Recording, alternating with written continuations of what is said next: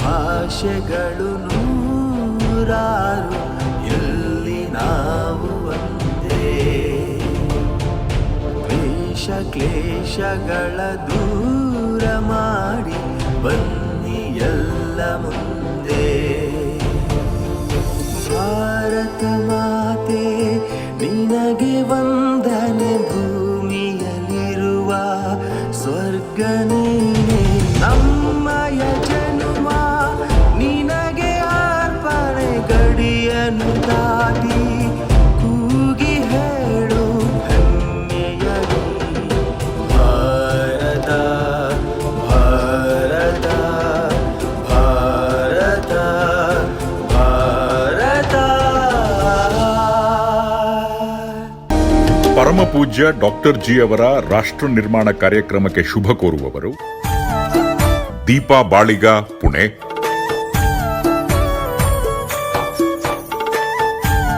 ದಿವ್ಯಶ್ರೀ ಚರಣ್, ಮಂಗಳೂರು. ವಿನಯ್ ದಯಾನಂದ್, ಬೆಂಗಳೂರು. ಕನ್ಯಾಕುಮಾರಿಯಿಂದ ಮುಂಬೈ ಮಹಾನಗರದ ತನಕದ ಪಶ್ಚಿಮ ಕರಾವಳಿ ಉದ್ದಕ್ಕೂ ಹಲವಾರು ಸುಪ್ರಸಿದ್ಧ ದೇಗುಲಗಳಿವೆ. ಆದರೆ ಅವುಗಳಲ್ಲಿ ಸಿಗದ ದಿವ್ಯತೆಯ ಅಂದದ ಜಲಪಾತವೇ ಉಡುಪಿ ಜಿಲ್ಲೆಯ ಸಾಲಿಗ್ರಾಮದಲ್ಲಿರುವ ಡಿವೈನ್ ಸ್ಪಾರ್ಕ್ ಹೊಮ್ಮಿಸುವ ಡಿವೈನ್ ಪಾರ್ಕ್ನಲ್ಲಿದೆ.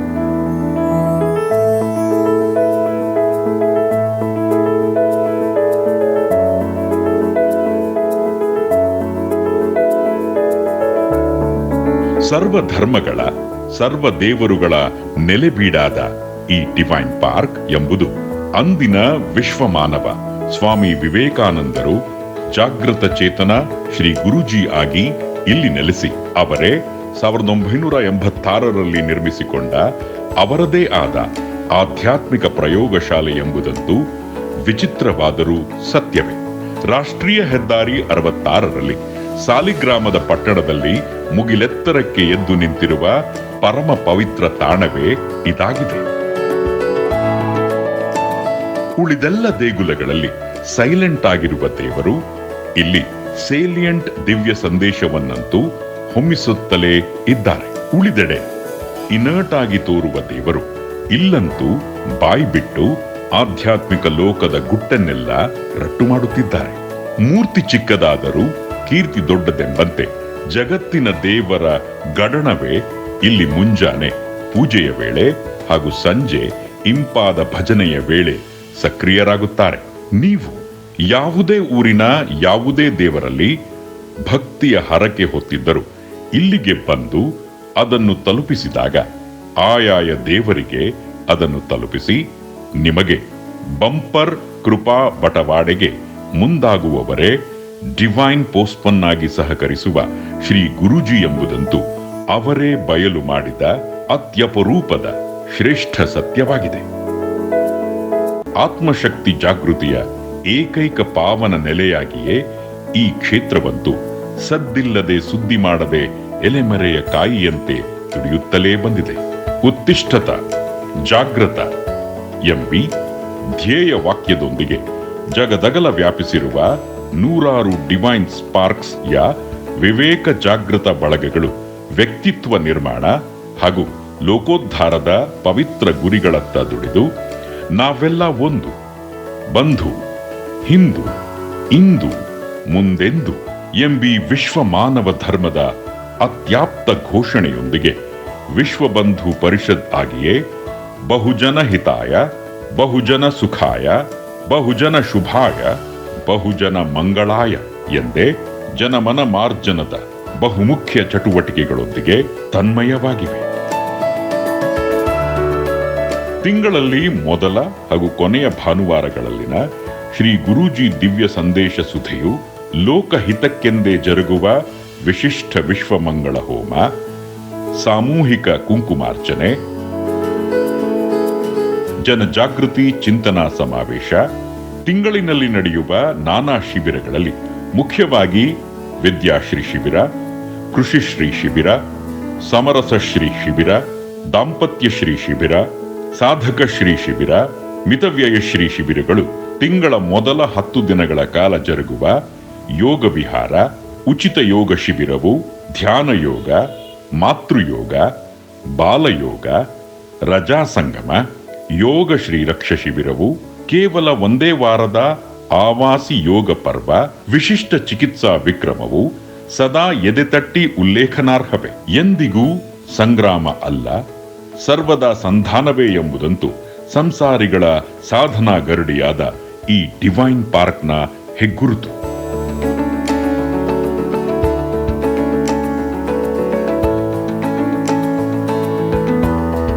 ಕರ್ನಾಟಕದ ನಂಬರ್ 1 ಆಧ್ಯಾತ್ಮಿಕ ಚಾತುರ್ಮಾಸಿಕ ವಿವೇಕ ಸಂಪದ, ಆಂಗ್ಲ ಅರ್ಧವಾರ್ಷಿಕ ವಿವೇಕ ವೀಣ, 6 ಭಾಷೆಗಳ ತ್ರೈಮಾಸಿಕ ವಿವೇಕ ಕಿರಣ, ನಿಮ್ಮ ದೂರವಾಣಿಯಲ್ಲಿ ಮೊಳಗುವ ಒಂದೇ ನಿಮಿಷದ ಪೂಜ್ಯ ಡಾಕ್ಟರ್ ಜಿ ಅವರ ಕಂಚಿನ ಕಂಠದ ವಿವೇಕ ವೀರ ವಾಣಿಗಳೆಲ್ಲವೂ ಅನುಷ್ಠಾನ ವೇದಾಂತದ ಮುತ್ತು ರತ್ನಗಳೇ ಆಗಿವೆ. ಡೈನಮಿಕ್ ಸ್ಪಿರಿಚುಯಾಲಿಟಿಗಿರುವ ಏಕೈಕ ಆದರ್ಶ ಆತ್ಮಶಕ್ತಿ ಜಾಗೃತ ಸಾಧಕರೆಲ್ಲರ ಶೋಧನಾ ಮಂದಿರವೇ ಇದಾಗಿದೆ. ತುಂಬಿದ ಕೊಡವಾದ ಪೂಜ್ಯ ಡಾಕ್ಟರ್ ಜಿ ಅವರು ಸಾಧನಾ ಕ್ಷೇತ್ರದ ಆದರ್ಶ ಮೂರ್ತಿಯಾಗಿದ್ದು, ಭಗವದಾನಂದದ ಭವ್ಯ ತಿಜೋರಿಯೇ ಆಗಿ ಅಪರೂಪದ ಸಂಸಾರಿ ಸಂತರಾಗಿದ್ದಾರೆ. ಮುಂದಿನ ಅರ್ಧ ತಾಸು ಅವರಿಂದ ಆಧ್ಯಾತ್ಮಿಕ ವಾಗ್ಝರಿ ಓತಪ್ರೋತವಾಗಿ ಹರಿಯಲಿದೆ. ಓಡೋಡಿ ಬನ್ನಿ, ಮನಸಾರೆ ಆಲಿಸಿ, ದಿವ್ಯತೆಯ ಭವ್ಯ ರಸಾಸ್ವಾದದ ನವ್ಯ ತಿನಿಸನ್ನು ಹೀರಿ ನಲಿಯಿರಿ. ಹೂ ಎನ್ನುವಿರಾ? ಪ್ರೇಕ್ಷಕರಿಗೆ ನಮಸ್ಕಾರಗಳು. ಇಂದು ಅತ್ಯಂತ ಹೊಸ ಒಂದು ವಿಚಾರ ನಿಮಗೆ ತಿಳಿಸುತ್ತೇನೆ. ನೀವೇ ದೇವರಾಗಬೇಕು. ನಾನು ಮನುಷ್ಯನಾಗಿ ಹುಟ್ಟಿದವ, ನಾನು ದೇವರಾಗುವುದೇ? ನಿಮಗೆ ಆಶ್ಚರ್ಯವಾಗಬಹುದು. ನಾವು ದೇವರು ಅಂತ ವ್ಯಕ್ತಿಗೆ ಹೆಸರು ಕೊಡ್ತೇವೆ. ಅದು ಶಕ್ತಿಯೂ ಹೌದು, ಅತ್ಯಂತ ಅದ್ಭುತವಾದ ಶಕ್ತಿ. ಸರ್ವಜ್ಞ, ಸರ್ವಶಕ್ತ, ಸರ್ವಾಂತರ್ಯಾಮಿ ಅಂತ ದೇವರನ್ನು ಸಮೀಕರಿಸುತ್ತೇವೆ. ಮನುಷ್ಯ ಎಲ್ಲ ಉಲ್ಟ. ಆತ ಅಜ್ಞ, ಅಶಕ್ತ, ಏಕಾಂತದಲ್ಲಿ ಮಾತ್ರ ಕುಳಿತುಕೊಳ್ಳುವವ. ಭಗವಂತ ಸರ್ವಜ್ಞ, ಎಲ್ಲ ಗೊತ್ತಿದೆ. ಸರ್ವಶಕ್ತ, ಏನನ್ನೂ ಮಾಡಬಲ್ಲ. ಸರ್ವಾಂತರ್ಯಾಮಿ, ಎಲ್ಲೆಡೆಯೂ ಕೂಡ ಆತ ಹಾಜರಿ ಹಾಕಬಲ್ಲ. ಆದರೆ ನೀವೂ ದೇವರಾಗಬಹುದು. ದೇವರಾಗಲೇಬೇಕು ಎನ್ನುತ್ತಾರೆ ಶ್ರೀ ಗುರುಜಿ. ನರ ಹರನಾಗಬೇಕು, ಮಾನವ ಮಾಧವನಾಗಬೇಕು, ವ್ಯಕ್ತಿ ಶಕ್ತಿ ಆಗಬೇಕು, ಜೀವ ಶಿವ ಆಗಬೇಕು. ಅದು ಥಿಯರಿಟಿಕಲ್ ಗುರಿ ಅಲ್ಲ, ಪ್ರಾಕ್ಟಿಕಲ್ ಗುರಿ. ಅದನ್ನೇ ಡೈನಮಿಕ್ ಸ್ಪಿರಿಚುವಾಲಿಟಿ ಅನ್ನೋದು. ಏನು ಹಾಗಾದರೆ ದೇವರ ಲಕ್ಷಣ, ದೇವರ ಸುಲಕ್ಷಣ? ಶ್ರೀ ಗುರುಜಿ ಡೆಫಿನಿಷನ್ ಎಷ್ಟು ಚೆನ್ನಾಗಿ ಕೊಡುತ್ತಾರೆ ನಿಮಗೆಲ್ಲ ಗೊತ್ತಿದೆ. ದೇಹಕ್ಕೆ ವರ್ಚಸ್ಸಿನ ರುಮಾಲು. ದೇಹ ಅಂದರೆ ಮನುಷ್ಯ ದೇಹ, 6 ಅಡಿ ಉದ್ದ, 3 ಅಡಿ ಅಗಲ, 1.5 ಅಡಿ ದಪ್ಪ. ಯೋಚನೆ ಮಾಡಿ. ವರ್ಚಸ್ಸು ಅಂದರೆ ಕೀರ್ತಿ, ವೈಖರಿ. ರುಮಾಲು ಅಂದರೆ ಮುಂಡಾಸು. ಹೆಣಕ್ಕೆ, ಶವಕ್ಕೆ ಈ ಲಕ್ಷಣ ಇಲ್ಲ. ಶಿವನಾದ ಮನುಷ್ಯನಿಗೆ ಮಾತ್ರ ಈ ಲಕ್ಷಣ. ದೇಹ 70 kg ತೂಕದ ದೇಹ, ಅದಕ್ಕೆ ವರ್ಚಸ್ಸು ಇದೆ. ಅಂದರೆ ವಿಶೇಷವಾದ ಲಕ್ಷಣ, ವಿಶಿಷ್ಟವಾದ ಲಕ್ಷಣ, ವಿಚಿತ್ರವಾದ ಲಕ್ಷಣ. ಆಲ್ರೌಂಡ್ ಕ್ವಾಲಿಟೀಸ್ ದೇಹಕ್ಕೆ ಇದೆ. ರುಮಾಲು ಇಡೀ ದೇಹವನ್ನು ಸುತ್ತುಕೊಂಡು ಈ ವ್ಯಕ್ತಿತ್ವದಲ್ಲಿ ದಿವ್ಯತೆಯನ್ನು ಭಗವಂತ ತುಂಬಿರುತ್ತಾನೆ.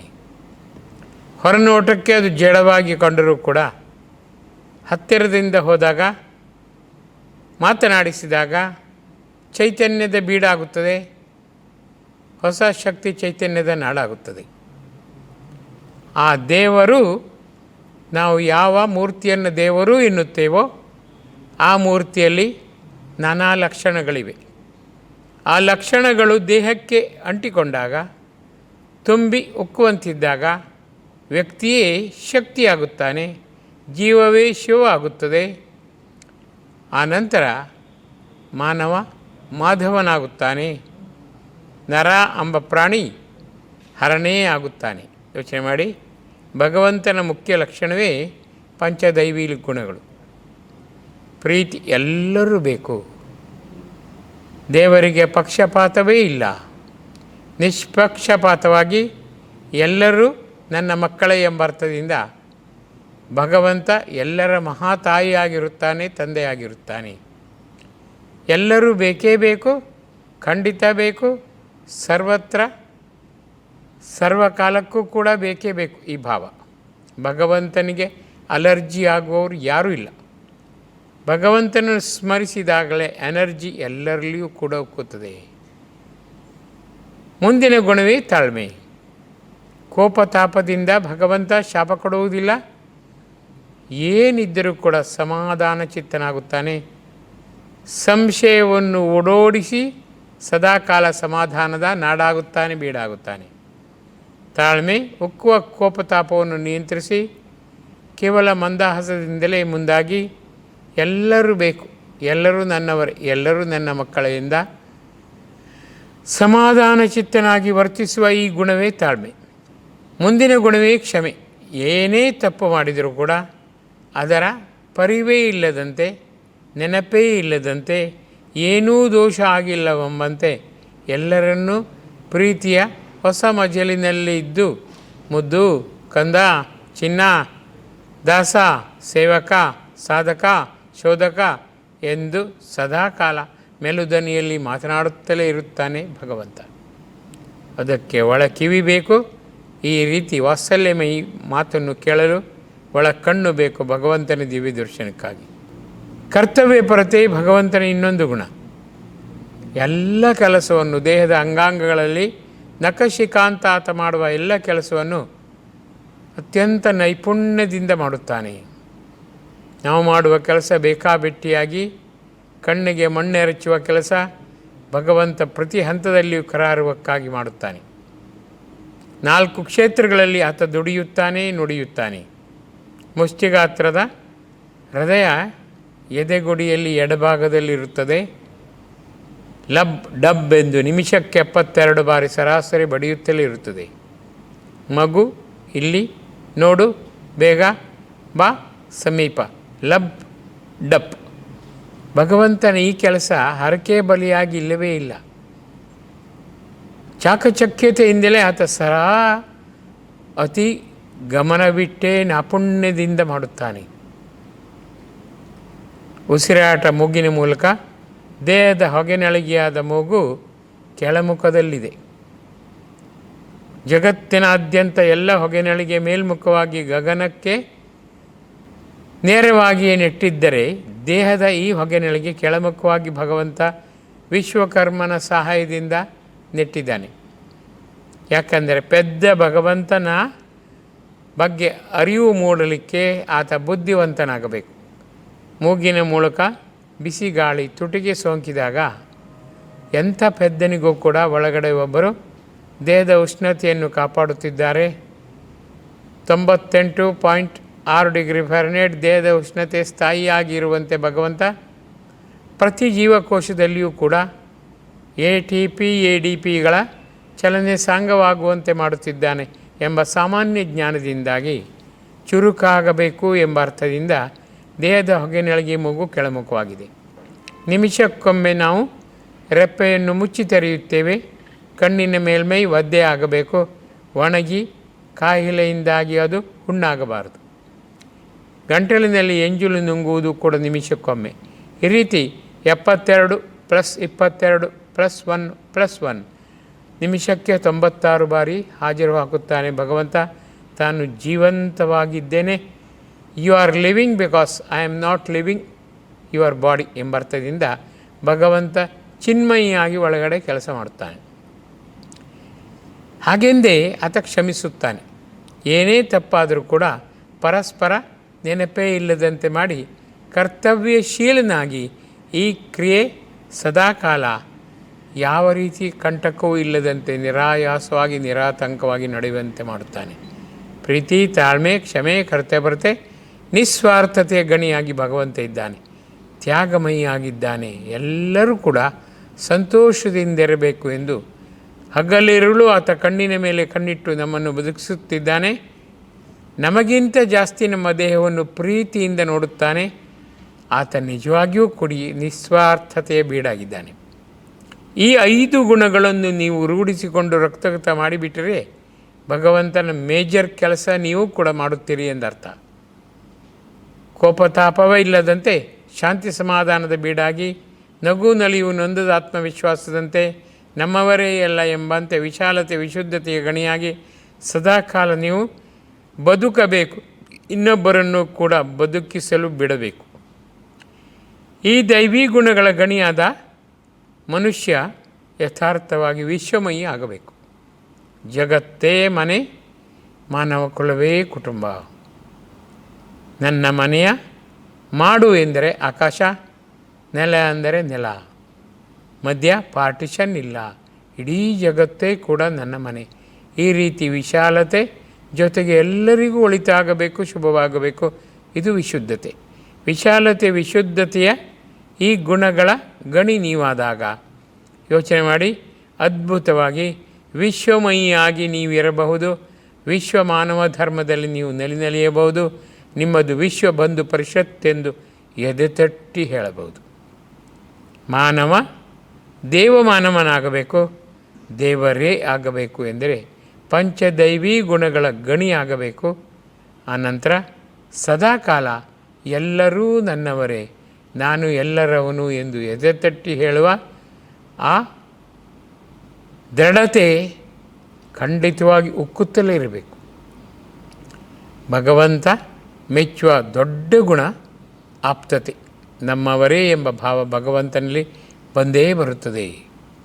ಅದೇ ರೀತಿ ಯಾವ ಮನುಷ್ಯ ಆಪ್ತತೆಯಿಂದ ನಾನೇನೂ ಅಲ್ಲ ಎಂಬ ಭಾವದಿಂದ ಎಲ್ಲವೂ ಆಗಿದ್ದಾನೋ ಇದು ಶೂನ್ಯತೆ. ಎಲ್ಲರೂ ನಮ್ಮವರೇ, ವಿಶಾಲತೆ, ಎಲ್ಲರಿಗೂ ಒಳಿತಾಗಬೇಕು, ವಿಶುದ್ಧತೆ. ಅನಂತ ಆರ್ತತೆ ಖಂಡಿತ ಆಗಲೇಬೇಕು, ಮೇಲೇರಲೇಬೇಕು. ಇದು ಆರ್ತತೆ. ಖಂಡಿತವಾಗಿಯೂ ಒಳಿತಾಗಲೇಬೇಕು. ಸದಾಶಯ ಒಳಿತಾಗಿಯೇ ಆಗುತ್ತದೆ. ಸನಾತ ಪ್ರಜ್ಞೆ ನನ್ನೊಳಗೆ ಭಗವಂತನಿರುವಾಗ ನಾನು ಖಂಡಿತವಾಗಿ ಬೀಳುವುದಿಲ್ಲ, ಸದಾ ಏಳುತ್ತೇನೆ. ಏಳು ಎದ್ದೇಳು ಈ ಸೂಚನೆ ಮನುಷ್ಯನಲ್ಲಿ ಸದಾಕಾಲ ಆಟವಾಡಿಸುತ್ತಲೇ ಇದ್ದರೆ ಆತ ದೇವರೇ. ತಮಾಷೆಗೂ ಕೂಡ ಹೇಳೋ ಒಂದು ದೇವರಂತೆ ಕೈಕಟ್ಟಿಕೊಂಡು ಕೂತುಕೊಳ್ಳಬೇಡ ಅನ್ನುತ್ತೇವೆ. ನಮ್ಮ ಎಣಿಕೆಯಂತೆ ದೇವರು ತಟಸ್ಥನಾಗಿದ್ದಾನೆ, ಅದು ಮೂರ್ತಿ.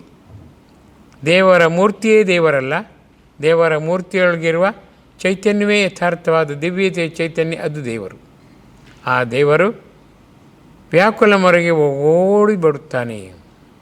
ಭಗವಂತ ನೀನೇ ತಂದೆ ತಾಯಿ ಬಂಧು ಬಳಗ, ನೀನೇ ನನ್ನೊಳಗಿರುವ ಶಕ್ತಿ, ನನ್ನ ಸುತ್ತ ಮುತ್ತ ಮೇಲೆ ಕೆಳಗೆ ಎತ್ತಲು ನೀನಿರುವುದರಿಂದಲೇ ನಾನು ಚೈತನ್ಯಮಯಿಯಾಗಿದ್ದೇನೆ.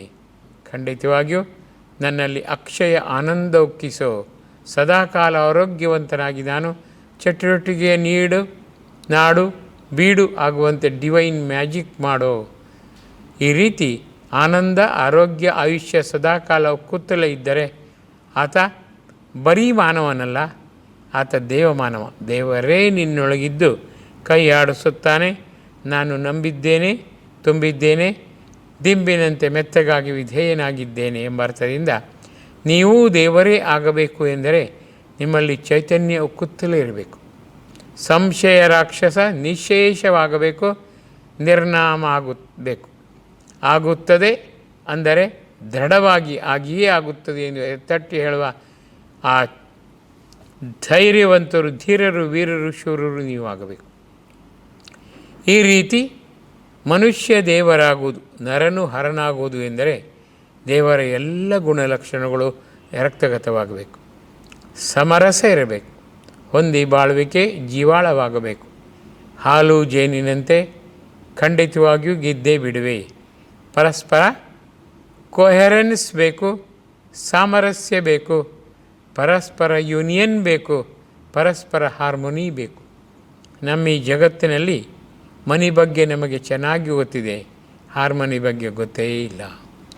ಹಣ ಕೇವಲ ಜೀವಿತ ಕಾಲದಲ್ಲಿ 10% ಮಾತ್ರ ಸಂತೋಷವನ್ನು ಕೊಡಬಲ್ಲದು.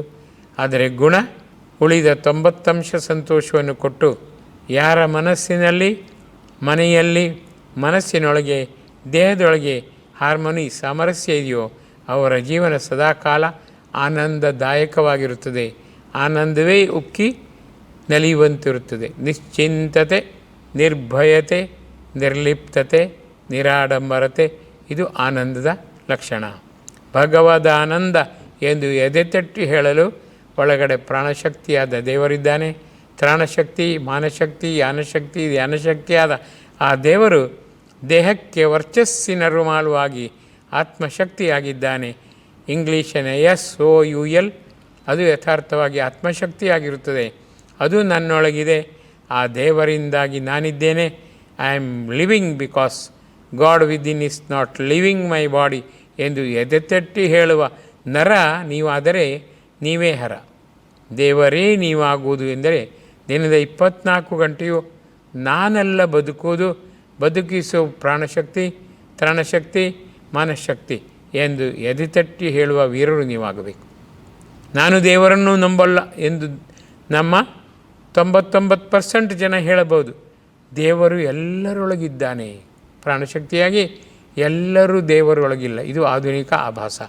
ಅದಕ್ಕೆ ನಾನೆನ್ನೋದು, ನೀವು ನಂಬಿ ಪ್ರಾಣಶಕ್ತಿ ನನ್ನೊಳಗಿದೆ.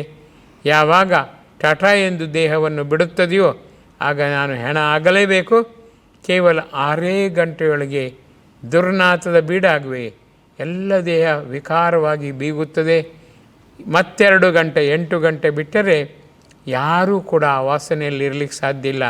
ಡಿಸ್ಪೋಸ್ ಮಾಡಲೇಬೇಕು. ಒಂದು ಕಟ್ಟಿಗೆಯ ರಾಶಿಯ ಮೇಲೆ ಬೆಂಕಿ ಹಚ್ಚಿ ಅಥವಾ ಹೊಂಡ ತೋಡಿ ನೆಲದೊಳಗೆ ಹೂತು. ಮೂಗಿದ್ದವರಿಗೆ ಖಂಡಿತವಾಗಿಯೂ ಆ ವಾಸನೆ ಸಹಿಸಿಕೊಳ್ಳಲು ಸಾಧ್ಯವೇ ಇಲ್ಲ. ಯೋಚನೆ ಮಾಡಿ, ಮನುಷ್ಯನ ಆಯುಷ್ಯ ಬದುಕುವಾಗ ನೆಲದ ಮೇಲೆ ಚೈತನ್ಯಮಯಿಯಾಗಿ ಸತ್ತ ನಂತರ 6 ಗಂಟೆ. ಈ ರೀತಿ ಕ್ಷಣಿಕ ಬಾಳ್ವೆ ನಮ್ಮದಾಗುತ್ತದೆ. ನರನು ಹರನಾಗುವುದು ಎಂದರೆ ಹೇಗೆ? ಶ್ರೀ ಗುರುಜಿ ಈಗ ಇಲ್ಲ, ಸತ್ತು ಹೋಗಿದ್ದಾರೆ, ಆದರೂ ಇದ್ದಾರೆ ಎಣಿಸಿಕೊಂಡಾಗ ಹೊಸ ಸ್ಫೂರ್ತಿ ಚೈತನ್ಯ ನಮ್ಮೊಳಗೆ ಬರುತ್ತದೆ. ಅಂದರೆ ಸತ್ತರು, ಶ್ರೀ ಗುರುಜಿ ಬದುಕಿದ್ದಾರೆ. ನಮ್ಮನ್ನು ನೀವು ಗಣಿಸಿಕೊಂಡರೆ ನಾವು ಇದ್ದರೂ ಸತ್ತಂತಿದ್ದೇವೆ. ಹಾಗಾಗಬಾರದು. ನರನು ಹರನಾಗುವುದು ಎಂದರೆ ಪ್ರತಿ ಕ್ಷಣವೂ ಕೂಡ ಎಣಿಸಿಕೊಂಡಾಗ ಚೈತನ್ಯದ ಹೊಸ ಭರವಸೆ ನಮ್ಮಲ್ಲಿ ರೋಮ ರೋಮದಲ್ಲೂ ಉಕ್ಕುವಂತಾಗಬೇಕು, ಚಿಮ್ಮುವಂತಾಗಬೇಕು. ಇದ್ದೇ ಇದ್ದಾರೆ. ಈ ಕ್ಷಣ ನಾನು ಕರೆದು ಕಾಡಿ ಬೇಡಿ ಬಾಡಿ ಹಾಡಿದಾಗ ಖಂಡಿತವಾಗಿ ಆ ಅನುಭವವಾಗಿ ನನ್ನನ್ನು ಮುನ್ನಡೆಸುತ್ತದೆ, ತುಂಬುತ್ತದೆ, ನಲಿಸುತ್ತದೆ, ಶಕ್ತಿ ಚೈತನ್ಯದ ಬೀಡಾಗಿಸುತ್ತದೆ. ಈ ರೀತಿ ದೃಢತೆಯಿಂದ ನಾನು ಹೇಳುವಂತಾಗಬೇಕು. ಖಂಡಿತವಾಗಿಯೂ ಉದ್ಗಾರದೊಂದಿಗೆ ಸಂತೋಷ ಚಿತ್ತನಾಗಿ ನಲಿಯುವಂತಾಗಬೇಕು. ಮನುಷ್ಯ ದೇವರಾಗುವುದು, ದೇವರಾಗಲೇಬೇಕು. ದೈವೀ ಗುಣಗಣಿಯಾಗಬೇಕು. ಅಲ್ಲಿ ಬಂಧಿಸುವ 9 ಮಂದಿಯ ಕೋಪ, ತಾಪ ಒಂದಿನಿತೂ ಕೂಡ ಇರಬಾರದು. ಕಾಮ, ಕ್ರೋಧ, ಲೋಭ, ಮೋಹ, ಮದ, ಮತ್ಸರ, ಅಹಂಕಾರ, ಮಮಕಾರ, ಸಂಶಯ. ಶ್ರೀ ಗುರುಜಿ ಹೇಳುವಂತೆ ಬಂಧಿಸುವ 9 ಮಂದಿ ಈ ಶತ್ರುಗಳು ಸಂಪೂರ್ಣ ನಾಶವಾಗಬೇಕು. ಬೆಳೆಯಿಸುವ 12 ಮಂದಿಯಲ್ಲಿ ಮನಸ್ಸು, ಬುದ್ಧಿ, ಚಿತ್ತ ರುಂಡದಲ್ಲಿ ಅದ್ಭುತವಾಗಿ ಕೆಲಸ ಕಾರ್ಯದಲ್ಲಿ ಲೀನವಾಗಬೇಕು. ಕಣ್ಣು, ಕಿವಿ, ಮೂಗು, ನಾಲಿಗೆ, ಚರ್ಮ ಪಂಚೇಂದ್ರಿಯಗಳು ಯಥಾರ್ಥವಾಗಿ ಚೈತನ್ಯದ ಪಂಚಾಮೃತ ನೀಡುವಂತಿರಬೇಕು. 2 ಕೈ, 2 ಕಾಲು, 4 ಕರ್ಮೇಂದ್ರಿಯಗಳು ಹೊಸ ಶಕ್ತಿ ಚೈತನ್ಯದ ಬೀಡಾಗಬೇಕು. 5 + 4 + 3 ಈ 12 ಮಂದಿ ನಾವು ದೇವರಾಗಬೇಕು ಎಂದರೆ ನಮ್ಮಲ್ಲಿ ಸದಾಕಾಲ ಸತ್ಕಾರ್ಯಕ್ಕೆ ಪ್ರೇರಣೆ ನೀಡಬೇಕು, ಸದಾಲೋಚನೆಗೆ ಉತ್ಸಾಹ ನೀಡಬೇಕು, ಸದಭಿಪ್ರಾಯ ಒಕ್ಕುವಂತೆ ಡಿವೈನ್ ಮ್ಯಾಜಿಕ್ ಮಾಡಬೇಕು. ಬಂಧಿಸುವ 9 ಮಂದಿಯಾದ ಕಾಮ, ಕ್ರೋಧ, ಲೋಭ, ಮೋಹ, ಮದಮತ್ಸರ, ಅಹಂಕಾರ, ಮಮಕಾರ, ಸಂಶಯಗಳು ನಿರ್ನಾಮವಾಗಬೇಕು, ನಿಶ್ಶೇಷವಾಗಬೇಕು. ಅವು ಹುಟ್ಟಲೇ ಇಲ್ಲ ಎಂಬಂತೆ ಸಂಪೂರ್ಣ ಅಡಗಿಯೇ ಹೋಗಬೇಕು. ಈ ರೀತಿ ಬೆಳೆಯಿಸುವ 12 ಮಂದಿ, ಬಂಧಿಸುವ 9 ಮಂದಿ, 21 ಮಂದಿಯ ಸಾಂಗತ್ಯ, ಸ್ನೇಹ, ಸೌಹಾರ್ದ ಮನುಷ್ಯನನ್ನು ಯಥಾರ್ಥವಾಗಿ ದೇವರಾಗಿಸುತ್ತದೆ. ಅಲ್ಲಿ ಕೇವಲ ಬೆಳವಣಿಗೆ, ಕೇವಲ ಕರ್ತೃತ್ವ ಶಕ್ತಿ, ಕೇವಲ ಪ್ರೋತ್ಸಾಹ, ಕೇವಲ ಹೊಸ ಚೈತನ್ಯವೇ ಹೊರತು ನಕಾರಾತ್ಮಕವಾದ ಭಾವನೆಯ ಸೋಂಕೇ ಅಲ್ಲಿರುವುದಿಲ್ಲ. ಅಂದರೆ ವಿನಾಶದ ಸುದ್ದಿಯೇ ಇರುವುದಿಲ್ಲ. ಕೇವಲ ಪ್ರಗತಿಯ ಸೂಚನೆ ಮಾತ್ರ ಅಲ್ಲಿರುತ್ತದೆ. ಕಷ್ಟವೇನಿಲ್ಲ. ನೀವು ಶತಪಥ ಯತ್ನಿಸಬೇಕು. ದಿನೇ ದಿನೇ ಎಲ್ಲವಿದ್ದರೂ ಉತ್ತಮಗೊಳ್ಳುತ್ತಿದ್ದೇನೆ. ಸಕಾರಾತ್ಮಕವಾಗಿ ನಾನು ಚೈತನ್ಯದ ಬೀಡಾಗಿ ನಾಡಾಗಿ ಹಾಡಾಗುತ್ತೇನೆ ಎಂದು ಬೆಳಗ್ಗೆ ಸೂರ್ಯೋದಯದ ವೇಳೆ 10 ಬಾರಿ, ಸಂಜೆ ಸೂರ್ಯಾಸ್ತಮಾನದ ವೇಳೆ 10 ಬಾರಿ ಎದೆಗುಡಿಯ ಮೇಲೆ ಬಲ ಅಂಗೈಯನ್ನು ಇಟ್ಟುಕೊಂಡು ದೃಢವಾಗಿ ನೀವು ಸೂಚನೆ ಕೊಡಬೇಕು. ಇಂತಹ ಪವಿತ್ರ ಸಕಾರಾತ್ಮಕವಾದ ಸೂಚನೆ ಮನುಷ್ಯನನ್ನು ದೇವರಾಗಿಸುತ್ತದೆ, ದೇವ ಮಾನವರಾಗಿಸುತ್ತದೆ. ಆಗ ಅದ್ಭುತವಾಗಿ ಸಕಾರಾತ್ಮಕವಾದ ಧೋರಣೆಯಿಂದ ಈ ಭೂಗ್ರಹ ಶ್ರೀ ಗುರುಜಿ ಹೇಳುವಂತೆ ದೈವಗ್ರಹವಾಗುತ್ತದೆ. ಶ್ರೀ ಗುರುಜಿಯ ದೇಹಾತೀತ ಅಸ್ತಿತ್ವದ ಉದ್ದೇಶವೇ ಈ ಭೂಗ್ರಹವನ್ನು ದೈವಗ್ರಹವಾಗಿಸೋದು. ಕಷ್ಟವೇನಿಲ್ಲ. ಎಲ್ಲ ವಿವೇಕವೀರರು ಈ ಕ್ಷಣದಿಂದಲೇ ಮನಸ್ಸು ಮಾಡಬೇಕು, ದೈವೀ ಗುಣ ಸಂಪನ್ನರಾಗಬೇಕು, ಬಂಧಿಸುವ 9 ಮಂದಿಯನ್ನು ನಿರ್ನಾಮ ಮಾಡಬೇಕು, ಅವರು ವೈರಿಗಳು ದೋಸ್ತಿಯಾಗುವಂತೆ 12 + 9 21 ಮಂದಿಯ ಲೀಲಾಕ್ಷೇತ್ರ ಈ ನಮ್ಮ ದೇಹ ಆಗುವಂತೆ ನಾವು ರೂಢಿಸಿಕೊಳ್ಳಬೇಕು. ಇದಕ್ಕೆ ಛಲಬಲ ಹಂಬಲದಿಂದ ಖಂಡಿತವಾಗಿ ನಾವು ಮುಂದಾಗಬೇಕು. ಇತ್ತೀಚೆಗೆ ಮದುವೆ ಆಯಿತು.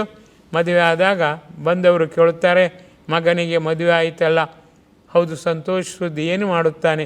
ತುಂಬ ಚಿಂತಾಕ್ರಾಂತನಾಗಿದ್ದಾನೆ. ಆತ ಎಡಬಿಡಂಗಿಯಾಗಿ ತನ್ನಷ್ಟಕ್ಕೆ ಚಿಂತೆ ಮಾಡುತ್ತಾನೆ. ಆ ರೀತಿ ಆಗಬಾರದು. ಚಿಂತನೆ ಮಾಡಬೇಕು, ಚಿಂತೆ ಮಾಡಬಾರ್ದು. ನಕಾರಾತ್ಮಕವಾಗಿ ಎಂದಿಗೂ ಮುಳುಗಬಾರದು.